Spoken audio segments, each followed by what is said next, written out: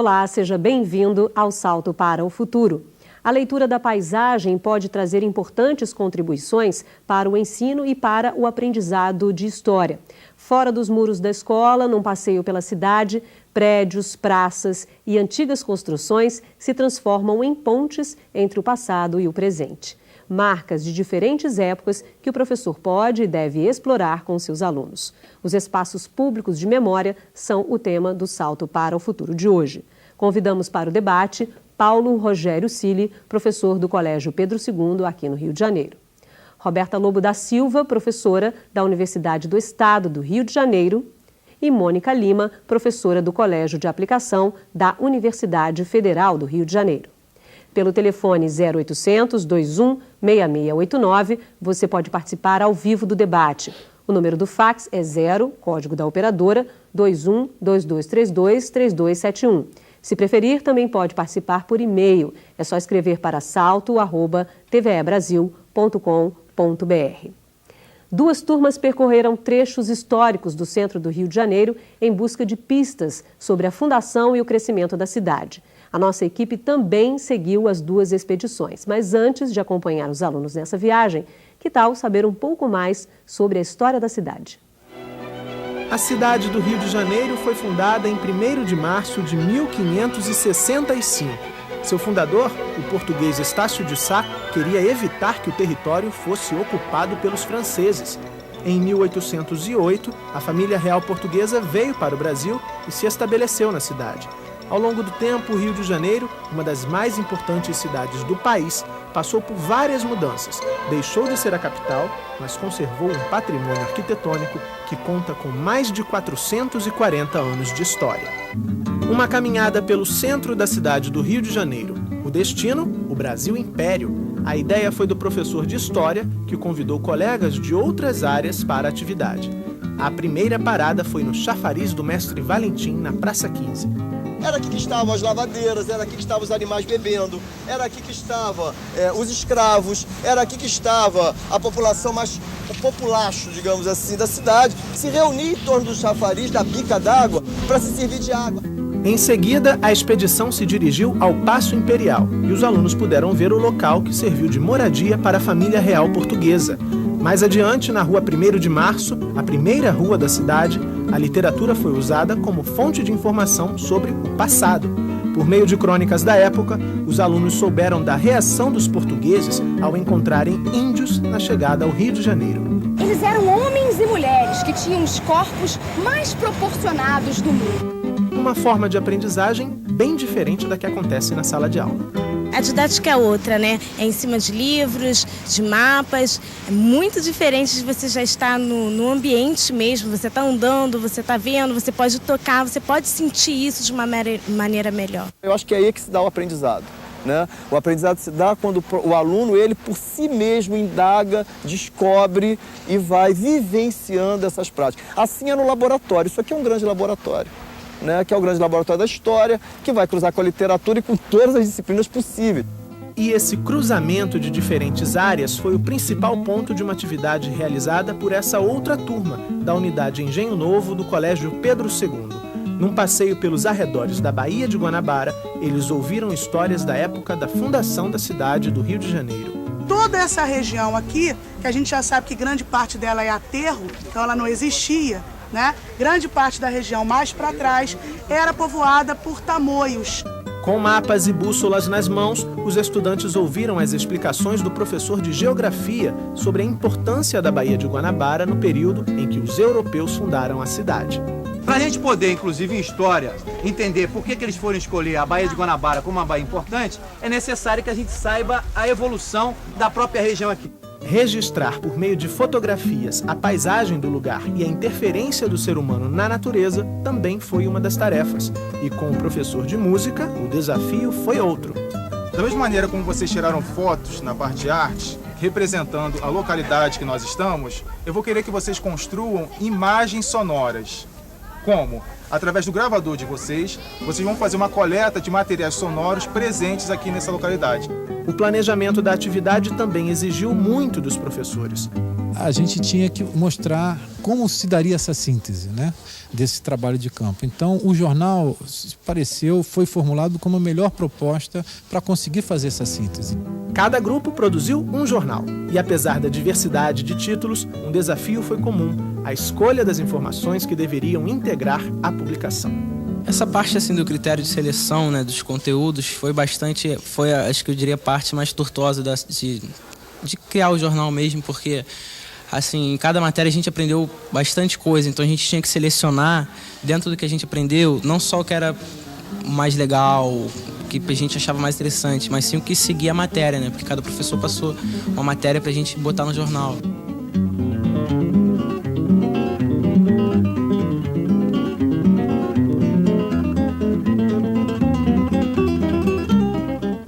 Bom, primeiro eu quero agradecer a presença de vocês no programa de hoje. Começar pela professora Mônica Lima, como eu disse na abertura do programa, professora de História do Colégio de Aplicação da Universidade Federal do Rio de Janeiro.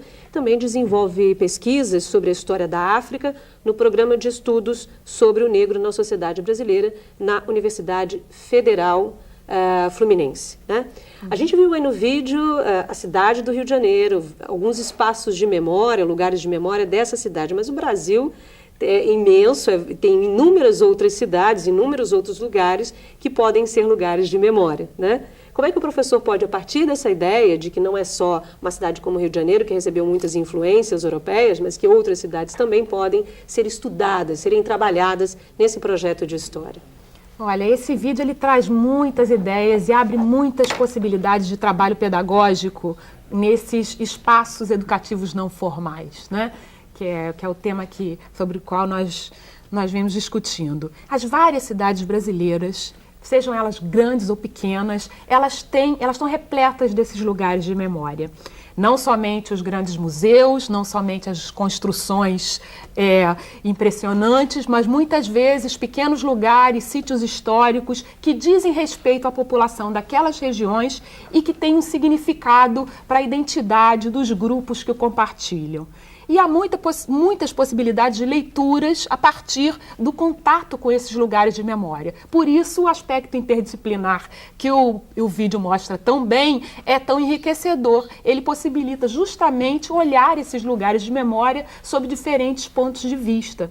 E esses lugares, a visita a esses lugares de memória, o contato com eles, não só traz a história para perto dos estudantes, aproxima, né, essa história, como também possibilita tratar de temáticas diferentes ao contar as histórias que aqueles lugares revelam. Então, grupos sociais marginalizados, grupos sociais excluídos, os afro-brasileiros, os nativos do Brasil, os indígenas do Brasil, os camponeses, tantos grupos sociais que têm parte da sua história muitas vezes refletida nesses lugares de memória.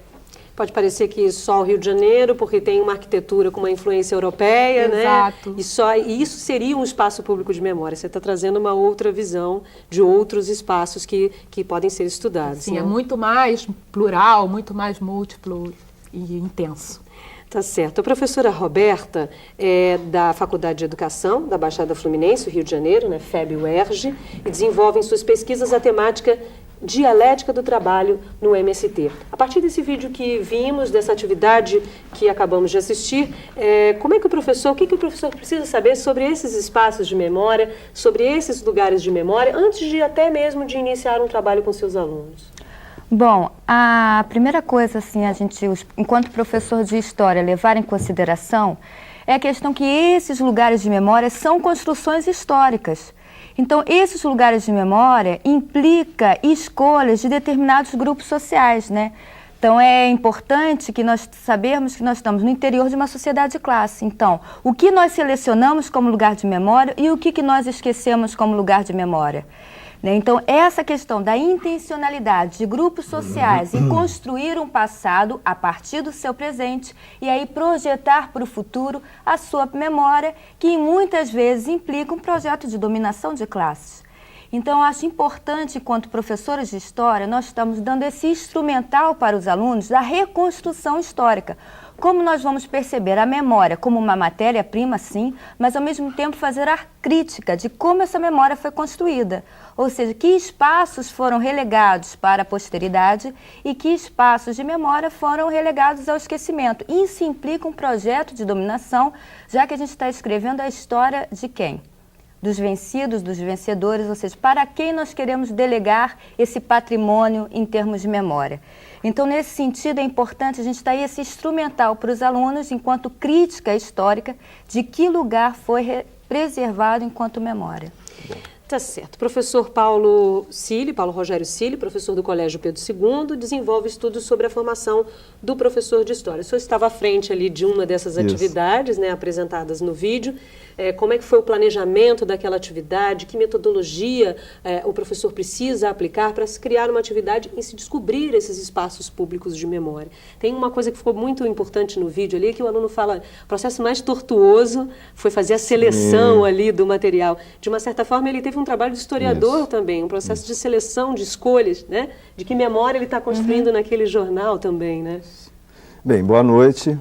Queria agradecer a oportunidade à TV Escola de estar aqui debatendo, né, esse tema.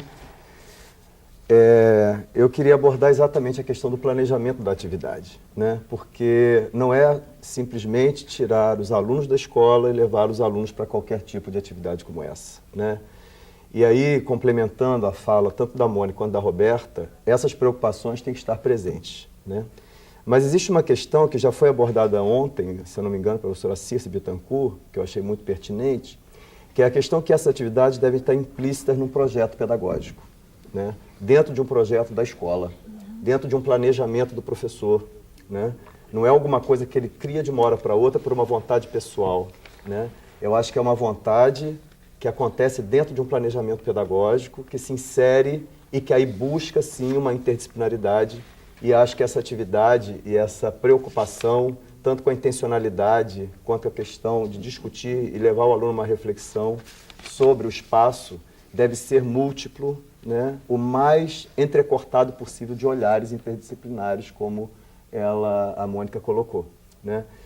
Então, assim, acho que existe um momento de planejamento, e esse planejamento deve ser buscado, né, junto a outros professores de outras áreas, no máximo, né? Buscando porque esses espaços permitem todas as disciplinas possíveis entrarem nela. Acho que a gente nem imagina, física, matemática e etc., né? A gente tem um momento da atividade em si, né? E a gente tem um momento de produção e avaliação. Eu acho que tem uma trajetória que essa atividade deve percorrer. E aí eu queria destacar, assim, no planejamento, a seleção. Porque quando a gente faz o planejamento, eu vou fazer a seleção. Quais são os espaços que eu vou percorrer? Quais são as fontes que eu vou destacar? Quais são as informações que eu vou levar? Quais são os olhares que eu quero destacar?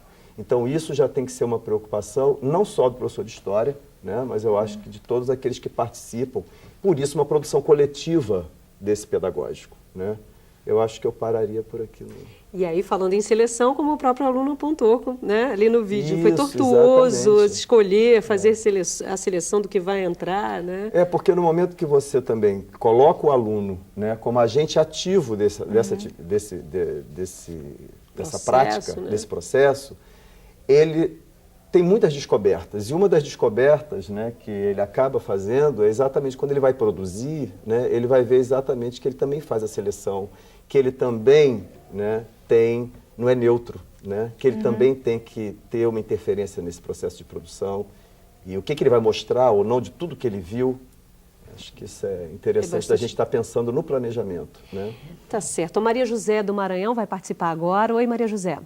Oi, boa noite. Sou Maria José Barreto, do Teleposto de Bacabal, Maranhão. Como envolver a família num processo de conscientização sobre o preconceito racial para que não haja conflito entre a ideia herdada do educando e os valores colocados pelos professores, às vezes os tipos de dança, o tipo de cultura diferente, como a cultura africana. Boa noite e obrigada. Obrigada, Maria José, pela participação no programa de hoje. Mônica, ela faz uma referência ao seu texto, né? O texto que consta do boletim, o texto que consta do programa de hoje. Você fala bastante no texto sobre a questão do racismo nas escolas, não só nas escolas, mas na sociedade.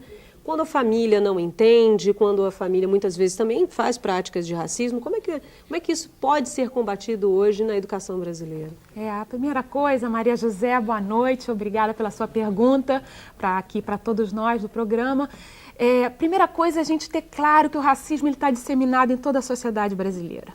Né? Foram 3 séculos e meio, 350 anos de escravidão africana no Brasil, não é pouca coisa, foram mais de 4 milhões de africanos trazidos para a nossa terra para ajudar a construir, não por sua própria vontade, né, esse imenso país que nós compartilhamos. Um caminho para a gente superar essas resistências, olha, eu diria que pode não ser uma solução, mas sem dúvida é um encaminhamento possível. Primeiro que a cultura afro-brasileira, a cultura de matriz africana no Brasil, ela é encantadora por si só. Né? As manifestações culturais em termos de música e de dança, ainda que possam gerar resistência, igualmente elas geram uma fascinação, um encantamento. Elas são coloridas, elas são ágeis, elas são múltiplas. E fora o aspecto da cultura africana expressa, né, nas manifestações que nós conhecemos, os maracatus, as congadas e toda uma série de apresentações, há também a nossa língua, o português falado no Brasil, ele é carregado de africanidade. Então se pode trabalhar isso também com as presenças africanas na nossa maneira de falar, nas receitas utilizadas para as curas dos nossos pequenos males nas nossas casas. Ou seja, uma maneira é fazer perceber, com que essa família perceba, e essa criança pode servir como um agente importante nisso, o quanto essa africanidade está presente em todos nós brasileiros, independente da nossa origem familiar, todos nós carregamos Áfricas. Então, aceitar essas Áfricas é aceitar a nossa brasilidade. Tá isso. Certo. A Maria Rejane do Tocantins vai perguntar agora. Oi, Maria Rejane. Oi. Boa noite. Sou Maria Rejane, cursista do Teleposto 100, professora Antonina Milhomem.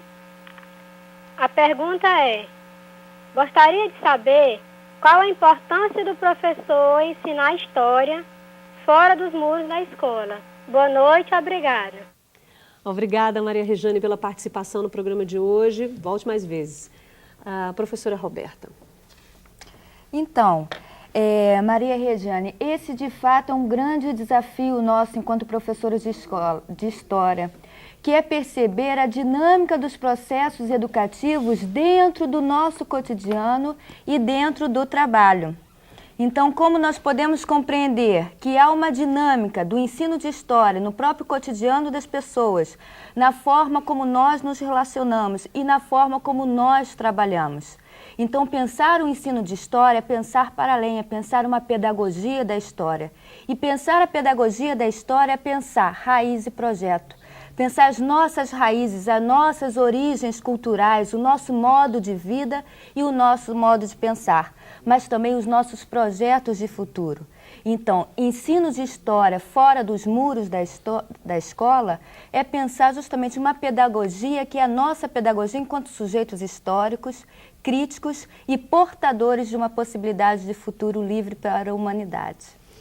Bom, depois do intervalo, vamos ver como funciona o projeto Viva e Reviva Pirenópolis, que reúne patrimônio cultural, memória e história. A gente volta já. Não me iludo. Tudo permanecerá do jeito que tem sido, transcorrendo, transformando, tempo e espaço, navegando todos os sentidos.